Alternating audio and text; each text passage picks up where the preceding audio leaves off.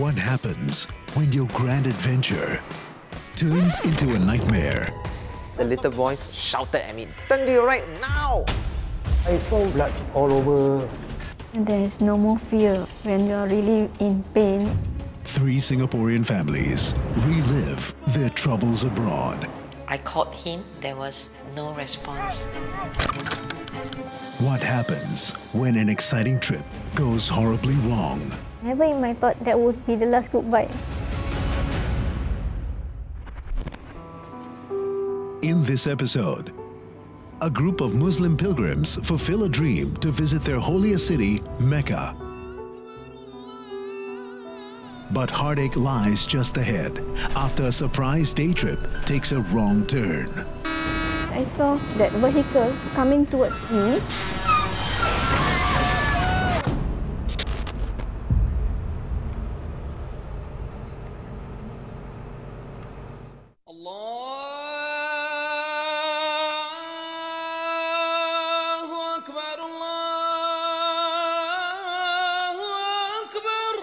Umrah is an Islamic pilgrimage to Mecca and Medina to seek forgiveness.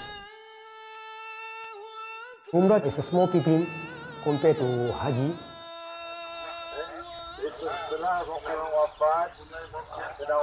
After doing Umrahs, our Ustad or religious teacher, Mr. Abu Bakar, who's leading the pilgrimage, mentioned that he got a special plan to bring us to Taif.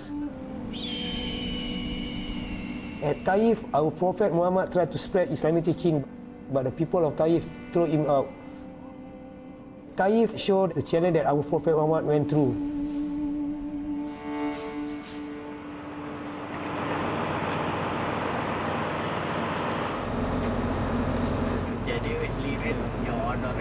Everyone was excited because this was our first time to travel to Taif.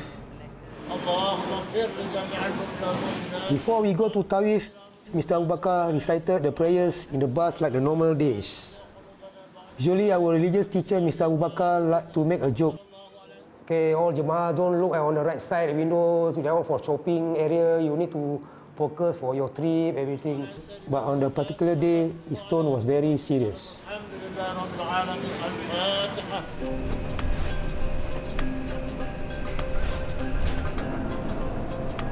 The journey is quite long, so most of people in the bus taking the nap. No, I'm awake. Take some photo and some video lah, because the scenery is very, very beautiful. The highway is very straight, and traffic is not heavy at all. Before I sleep, I take a photo. Just the scenery like that. I see left and right. No building, no what. Just a desert.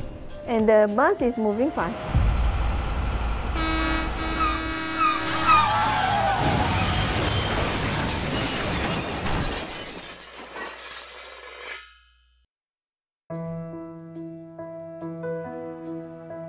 I met my husband during my school days. He liked to smile, that's why attract me. He's very pious, and he's a kind-hearted man, jovial, very humble, always give a helping hand to whoever needed. During his school days, he's already attending religious classes with his teacher. From there, he was chosen to help managing pilgrims in Makkah.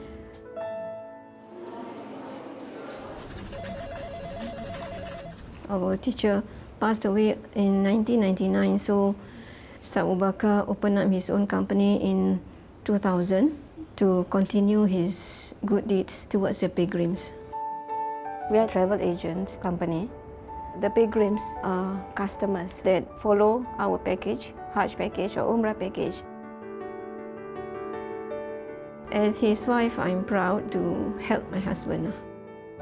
When you are every day with someone, the love becomes stronger and stronger, right? So that's how our love is.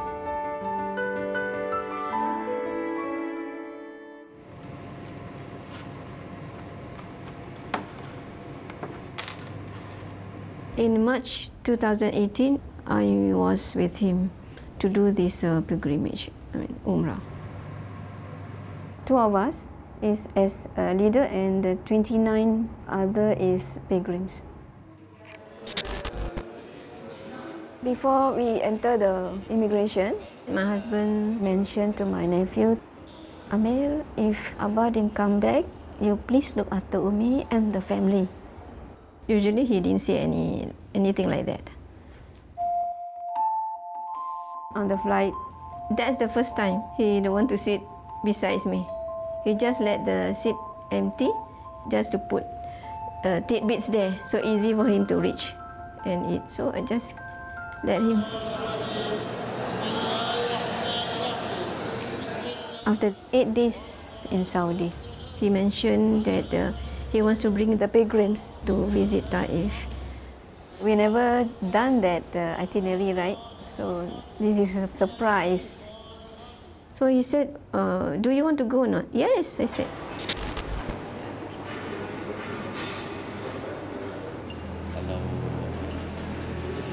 On the day we go to Taif, I noticed he has no appetite during the breakfast. And I think we were tired. Usually he is not really quiet. He likes to jokes and to make sure that the pilgrims are comfortable. But this point of time is quite different.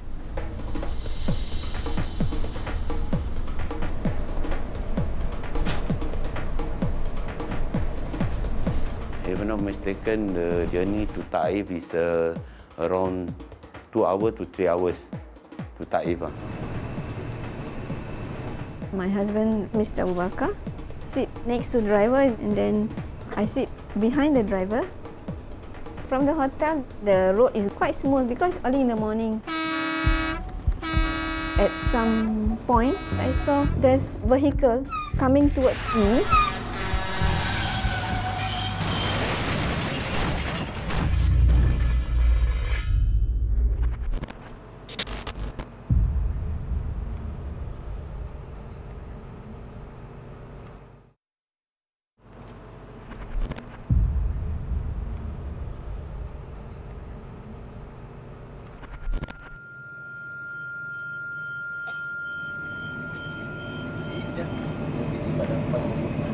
When I look around, I found a lot of Jemaah is lying on the floor. I pull one by one, because they all stacked together. From inside, we cannot open the door, so I decide to climb over to the window, jump down from the bus.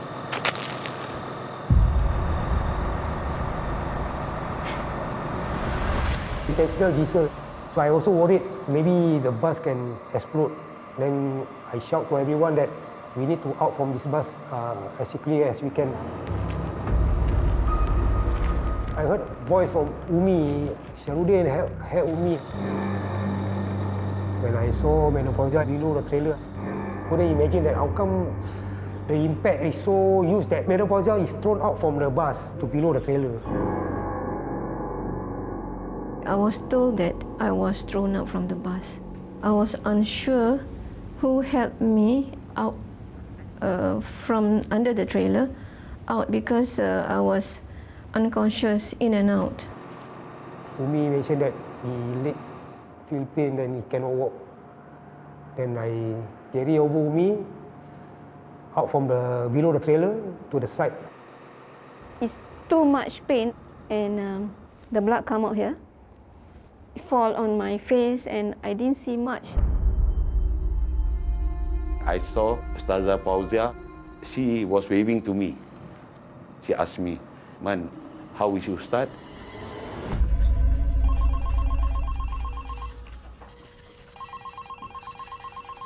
I received that call around 1:10 p.m. and say, Mahira, did you hear anything? Hear what? My wife said, got accident. And I immediately felt very worried. I was really praying inside my heart. It was only a minor incident. Because it's highway, the speed is around 100 to 110 like that. On the left side got trailers. It's made a sudden U-turn, so our driver swerved to the right.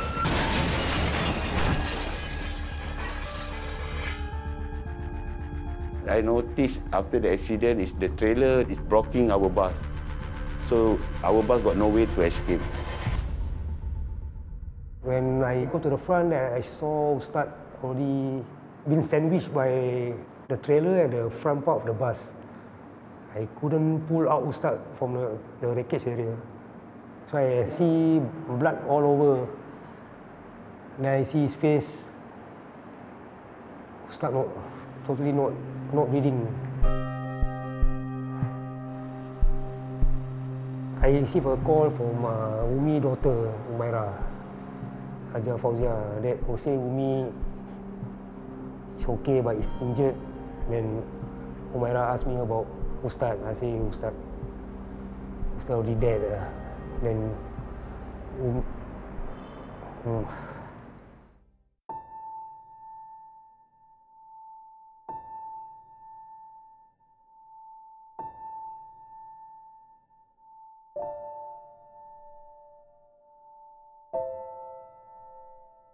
my sister called me and told me that, oh, Abba is gone. What do you mean Abba is gone? I mean, Abba has passed away. Abba met with an accident. The day that the Umrah March group was departing at the airport, and he was there waving us goodbye. Never in my thought that that would be the last goodbye.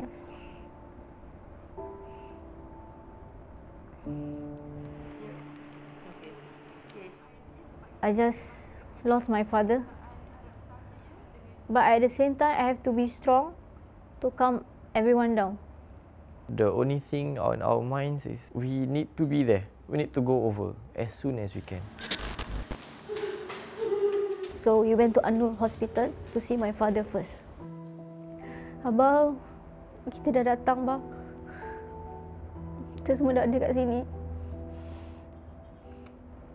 He's been my mentor, my pillar of strength, and someone who I always look up to.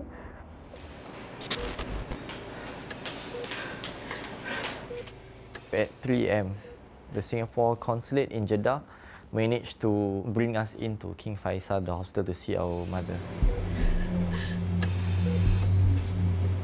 Both her legs are in cast and she cannot feel her limbs. She's in so much pain. She couldn't move. We told her, Umi, you're gonna be okay. Abah is okay. He is okay, Umi.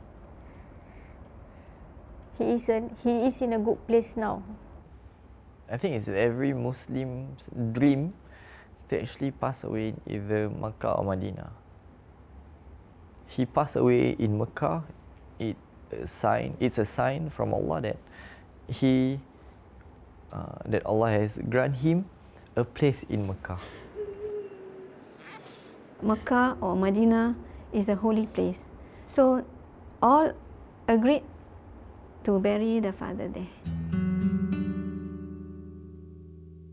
Their culture is that if the deceased is male, actually only males are allowed to see him. But they gave us allowance so that the daughters, the grandchildren can still see him.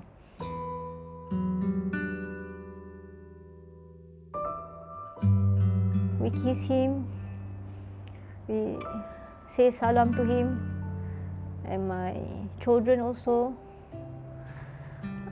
He always tease me, if I die first, you get married, okay? I said no. That's not in my heart. Because once in a lifetime, I love him, and until death.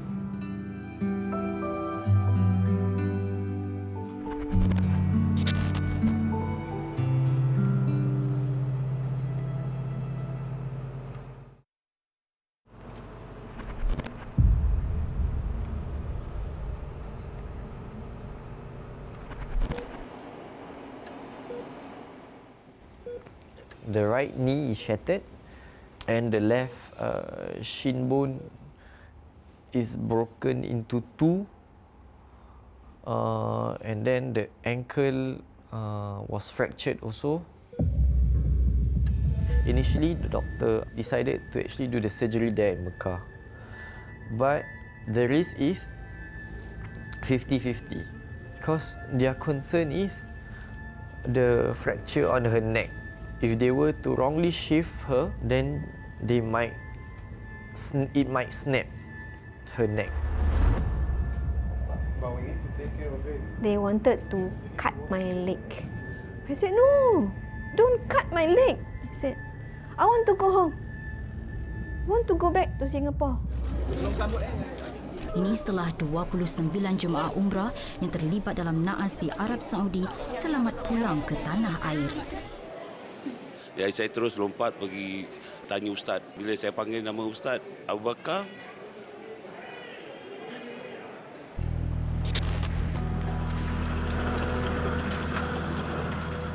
Soon after I reached Singapore from airport, I was sent direct to hospital. After some time, then it's clear that alhamdulillah that her neck is okay, her head injury is okay.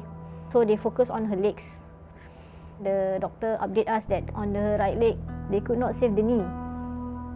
Then they asked us, do you want your mother to walk or you want to save her leg only? And then we all agreed, we all want her to walk. Then operation for left leg. And then after, I think about a week, the operation, this one is a mega operation for the right leg. It's very difficult part during this recovery.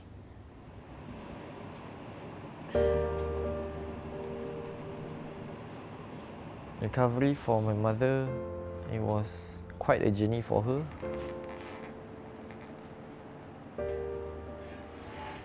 She needs to learn how to walk, how to function on her own.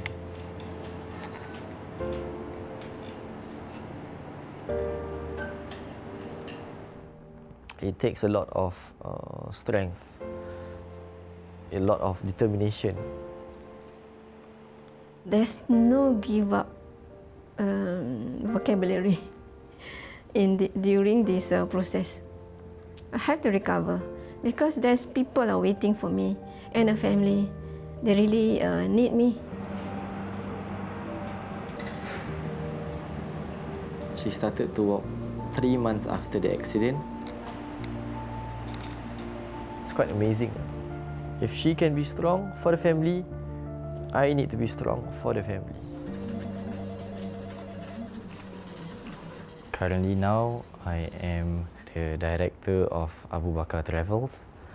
As the only son, it's understandable that you will fall onto your shoulders. But ever since last time, I keep denying the fact, or I keep delaying the process. I took the time I had with my father for granted. I always assumed that I'll always see him tomorrow.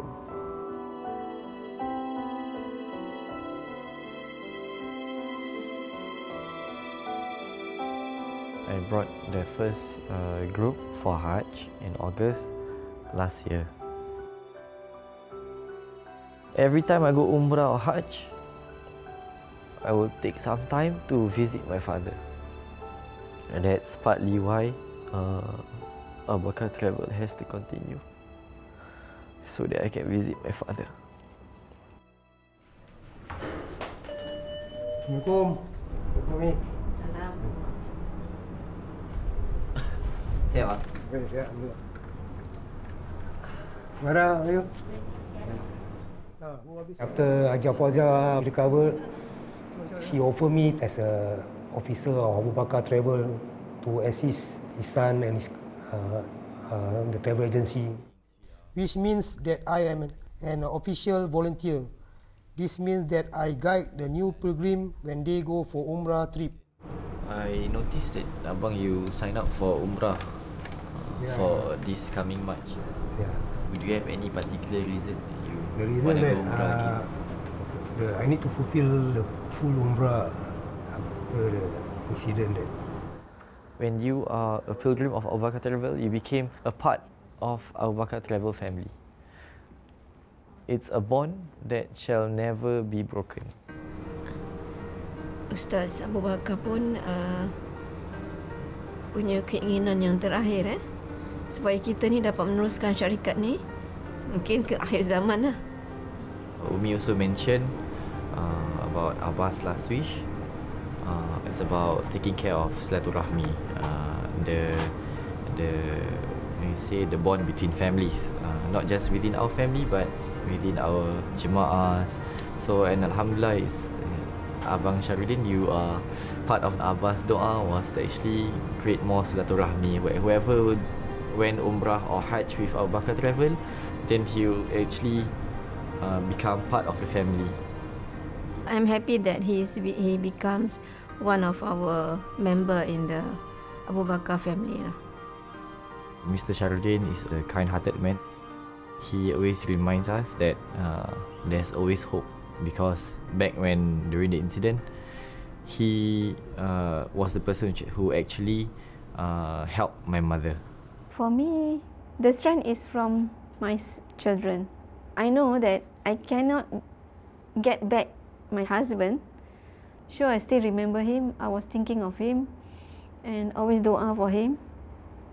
So the love is there forever.